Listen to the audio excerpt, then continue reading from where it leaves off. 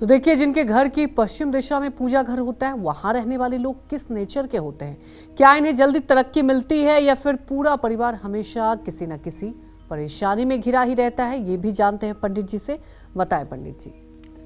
देखिए, शनि देव जो है ये पश्चिम दिशा के देवता हैं और अष्टलक्ष्मी के 8 रूपों में माँ गजलक्ष्मी का वास भी पश्चिम दिशा में ही है। पश्चिम दिशा को प्राप्तियों की दिशा भी कहा गया है। जिन लोगों के घरों में पूजा घर बनाने के लिए शुभ स्थान नहीं है, वो पश्चिम दिशा में पूजा घर बना सकते हैं। लेकिन एक बात ध्यान रखिएगा कि पूजा घर भले पश्चिम दिशा में होगा, लेकिन पूजा की मूर्तियों का जो मुंह होगा वो पश्चिम की तरफ होगा और आप पूजा करने वाले का मुंह पूरब तरफ होगा। अगर आपने पश्चिम की दीवार से सटाकर मंदिर रख दिया और पश्चिम की दिशा में मुंह करके आप पूजा कर रहे हैं, तो ये उच्चाटन की दिशा है, ध्यान रखिएगा। न तो आपका पूजा में मन लगेगा और न ही आप नित्य पूजा कर पाएंगे, क्योंकि पश्चिम दिशा उच्चाटन की दिशा है।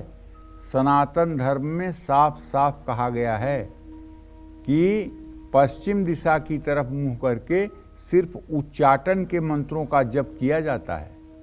हाँ, या शाम को जो लोग नित्य गायत्री का संध्या भजन करते हैं, तो जब सूर्य अस्ताचल की तरफ जाता है तो सूर्य को सायंकाल अर्घ दे करके और गायत्री करने वाला पश्चिम दिशा की ओर मुंह करके गायत्री का जप करता है।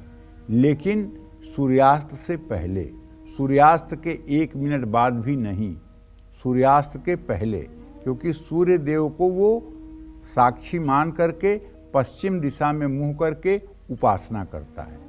इसलिए पूजा घर पहली बात तो पश्चिम दिशा में होना नहीं चाहिए, लेकिन अगर हो जाए तो पश्चिम दिशा के कमरे में प्रवेश करते ही आप दाहिने हाथ पर मंदिर की स्थापना करें और उसका मुखाकृति जो है पश्चिम की तरफ हो और पूजा करने वाले की मुखाकृति पूरब दिशा में हो, तब तो कुछ कल्याण हो सकता है। लेकिन इसके विपरीत हुआ तो इसका मतलब होगा कि वहाँ रहने वाले आस्तिक और नास्तिक दोनों तरह के होंगे।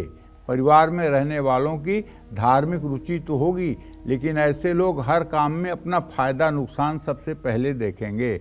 ऐसे लोग लालची हो सकते हैं, वायु विकार हो सकता है, और इस दिशा में हवन करना भी शुभकारी होता है। लेकिन इस बात का जरूर ध्यान रखिएगा कि हवन कुंड न बना करके तांबे के हवन कुंड का ही प्रयोग करना चाहिए इस दिशा में, और हवन कुंड नहीं बनाना चाहिए। ये बात सम्यक प्रकार से समझ लेनी चाहिए।